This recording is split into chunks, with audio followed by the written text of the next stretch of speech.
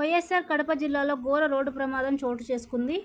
కడప రాయచోటు రహదారిపై గువ్వల చెరువు ఘాట్ రోడ్ వద్ద రెండో మలుపు వద్ద ఒక కారును వెనుక నుంచి లారీ ఢీకొట్టింది. ఈ ప్రమాదంలో ఒక కుటుంబానికి చెందిన 5గురు అక్కడికక్కడే ప్రాణాలు కోల్పోయారు.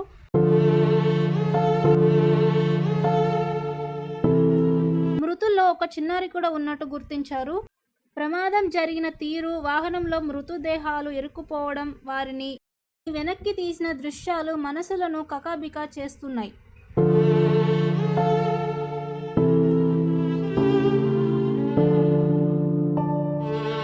పోలీసులు, ప్రత్యక్ష సాక్షులు తెలిపిన వివరాల ప్రకారం బద్వేల్ మండలం చింతపుత్తయ్య గ్రామానికి చెందిన ఒక కుటుంబం బెంగళూరు నుంచి బద్వేల్కు కారులో బయలుదేరారు.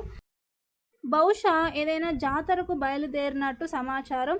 రాయచోట్ నుంచి కడప వైపు వస్తున్న సమయంలో గువ్వల చెరువు ఘాట్లోని రెండో మలుపు వద్ద వేగంగా వచ్చిన లారీ అదుపు తప్పి ముందుగా వెళుతున్న కారు పైకి దూసుకెళ్లింది.